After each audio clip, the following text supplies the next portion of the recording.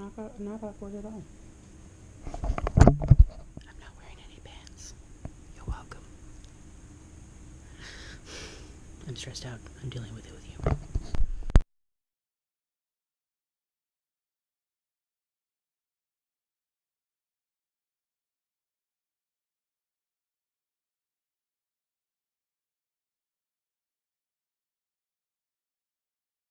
Today's video is going to be a little bit different. This is a brief history on my life, and more specifically how I spent the last 8 months fighting to get seen by doctors. I hope somebody listens, and I hope that they don't wait. Oh yeah, trigger warning for those of you who get grossed out by periods or think that they're yucky or whatever, turn this off now. This is going to be an open, honest moment about a woman and her struggle to get seen because her vagina is not that important, apparently. So it started in 7th grade. That's when I started my period. I knew it was way heavier than it should have been. And because of the way I was raised, because of my mom, I wasn't allowed to wear tampons. I just wasn't. Anytime I had my period in 7th grade, or 8th grade, or almost any other time for my entire life, I have leaked through, I have ruined underwear, I have ruined clothes, I have ruined people's furniture, and been embarrassed every single time. And my entire childhood, it was never ever addressed because I would love to give you a reason, but I don't have one. So when I hit 19 and my life and my vagina's life and all of my health decisions were finally up to me, I went to Planned Parenthood. And for those of you in the world that think that Planned Parenthood is some evil entity, it's because you've never been a 19-year-old girl that's so scared of repeating the mistakes of her family that she doesn't want to get pregnant. Like, you've never been somebody that was sexually assaulted and didn't know if they had an STD and had no health insurance, and that was their only way. Planned Parenthood is a place that allows those of us who didn't have any kind of spoon, let alone a silver one in our mouth, have access to health care for parts of our body that the rest of the world deem less important. Simple as that. So to anybody who thinks that Planned Parenthood is a bad thing or that we shouldn't give them funding, you've never had to struggle.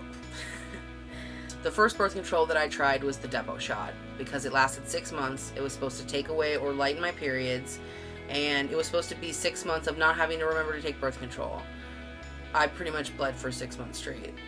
So much so that I had to be hospitalized. I thought it was the strangest thing when a doctor came in the room and said, "Oh, we might have to give you a blood transfusion because you're bleeding so much."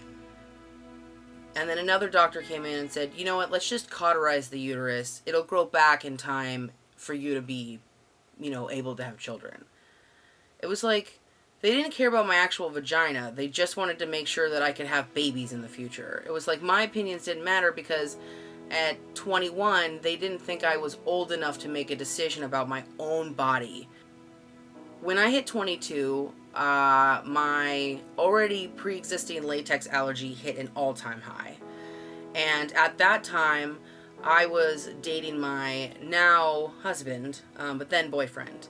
So we decided as a couple that if I went on a long-term birth control that we could cut out the middleman essentially with the latex.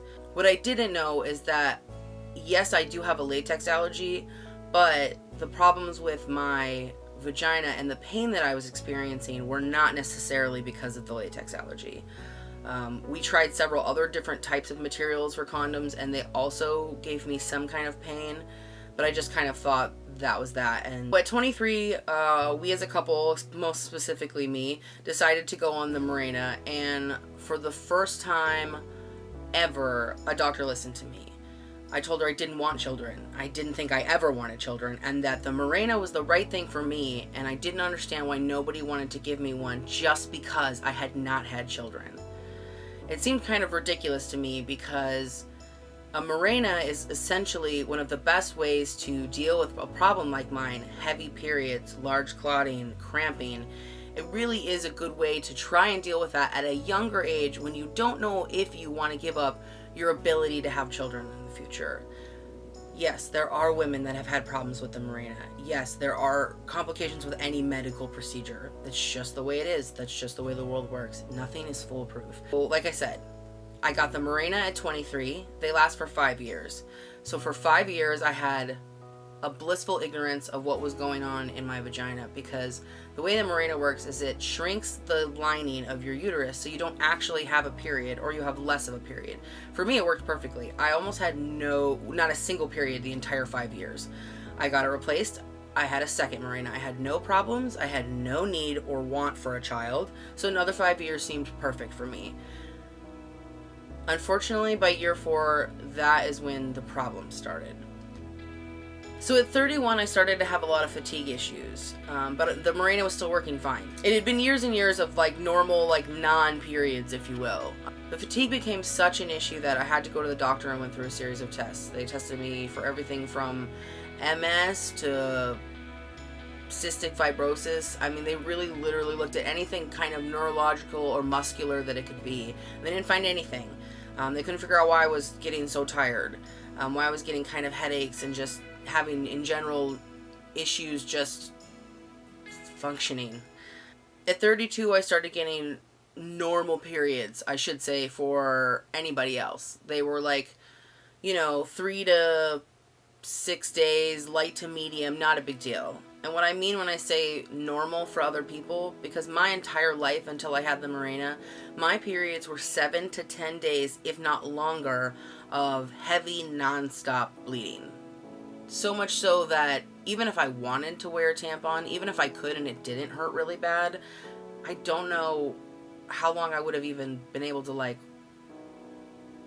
use it. It was bad. It was really, really bad. This is when the story takes a little bit of a sharp turn. In January, I went to the doctor because I was experiencing excruciating pains in my rib cage and in my vaginal area and in my ovaries and in my lower back. The doctor, a man, and yes, that matters, chose to treat just the muscular issues and told me because I was overweight, I had probably pulled a muscle when I had moved into my new house months prior. He prescribed Percocet and he sent me on my way. After about 2 months of that not helping the specific areas of pain that I was telling them, I had to go back to the ER because I woke up in cold sweats, just drenched, in so much pain that I was simultaneously having diarrhea and throwing up while having the most excruciating pain of my life. I had also started a new job. They were very understanding. The ER, not so much. I got everything from an IV for fluids to check for dehydration, to an abdominal scan, to an ultrasound, to an internal ultrasound, and they couldn't find anything wrong until one doctor just flat out asked, "Hey, have you had a cold recently?" And I said, "Yeah, a couple of weeks ago."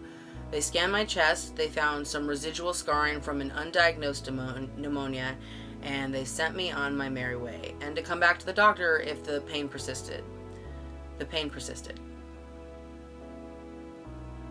So I went back to my doctor, and after they forced me to go through months of testing for everything, they took every bodily fluid you could think of. My saliva, my breath, my poop, my pee, my menstrual blood, tubes and tubes and tubes of blood. I had an endoscopy, which you can see here. Left the endoscopy center. Everything looked pretty good. I just had some irritation in my stomach that they took a little piece of. But I mean, so far so good. That means that if I do have something more seriously wrong, that it hasn't traveled up my system yet, which is good enough. Of course, as always, we have the lovely driver Googly Bear, who's there for all of it, and now Not nearly as high as I thought I would be, which is awesome. That sounds dumb. Although I did keep talking about how small the nurse's feet were for like 10 minutes. They were like a 5.5, bro. That's like, for a size 10 girl, that's a small foot, man. Alright, I'll keep you guys posted. The endoscopy was kind of scary for me, just because it was the first time I'd ever been put, like, under it all, like, really. But it went well, and it was nice to know that I didn't have celiac disease or Crohn's or anything like that, and that my digestion system, at least the upper half, was working well in the way that it should.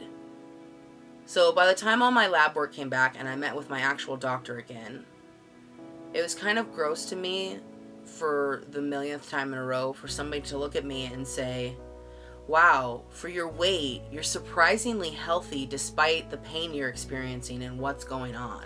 Every doctor I'd been to referenced my weight, even though when they looked at my chart, I wasn't there because of something that was even connected to weight.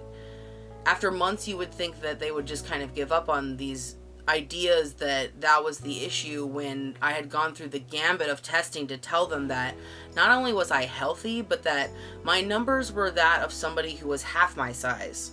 That's something a doctor actually said to me.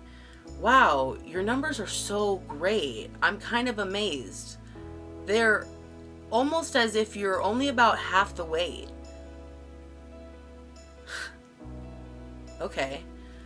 I had another doctor tell me, oh, you think it's your period? It's cramps? Have you, I don't know, tried Tylenol? No. This 33-year-old woman who's had her period never tried Tylenol. Are you serious? By the time I made it to a gynecologist and got a referral, the pain was immense. I've spent the last 3 months either waking up with horrible pain or full body cramps because I'm just so tense from the pain, or just to throw up from the pain, or just diarrhea because I'm in pain and my body doesn't know how to process everything.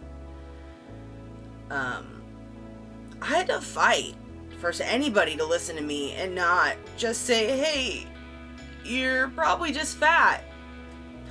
I had to fight through an army, literally, of male doctors that were like, oh, it's your vagina? Take some Tylenol, it'll be fine. Even my gynecologist was confused why they didn't refer me to her sooner, because the stuff that I was experiencing was not normal.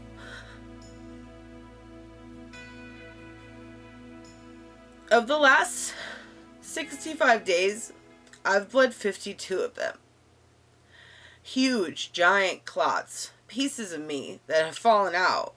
When I turn around, every time I go to the bathroom, there are chunks of my body that I'm leaving behind. Just, if anybody ever tells you that your vagina is not important, or they don't know, or it's not that serious, fight. Don't ever let anybody tell you that you shouldn't be seen, or it's just cramps, or you're just PMSing, or it's just because you're a girl. It's bullshit. Do you know how many fucking pills there are for boners right now?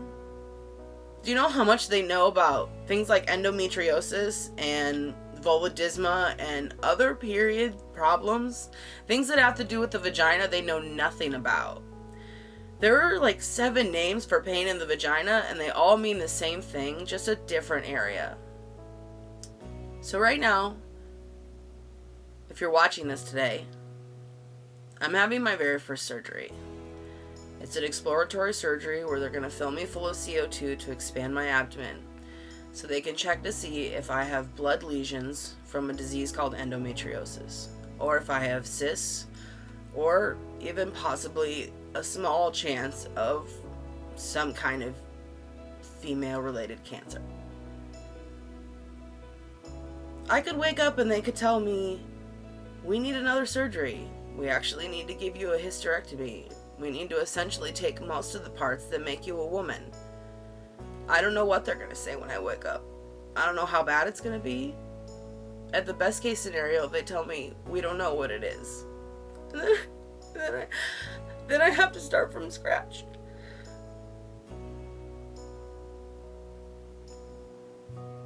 I don't know if I can.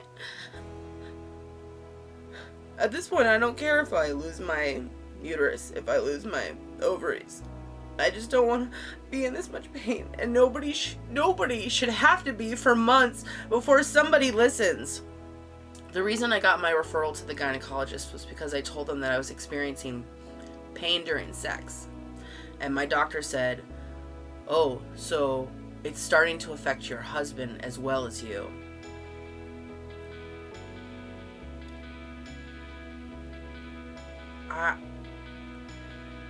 I had never felt so gross in my entire life. No matter what a doctor said, no matter how many times they told me things were because I was fat, the most disgusting I've ever felt, and a doctor was only getting a referral because it affected my husband. Now, my husband's been great during all this. Could you imagine all of a sudden your spouse just starts to deteriorate and you don't know how to help because you don't know what's wrong?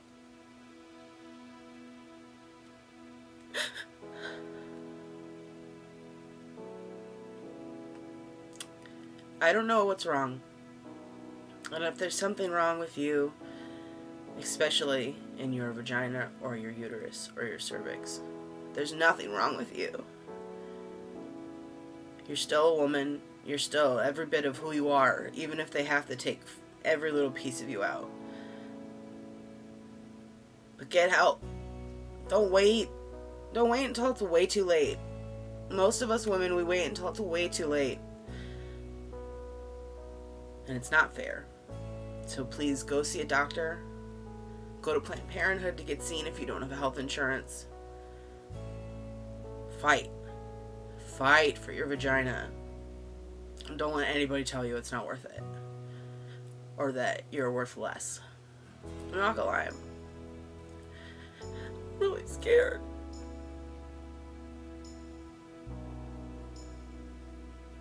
It hurts so bad that there can't possibly be nothing wrong.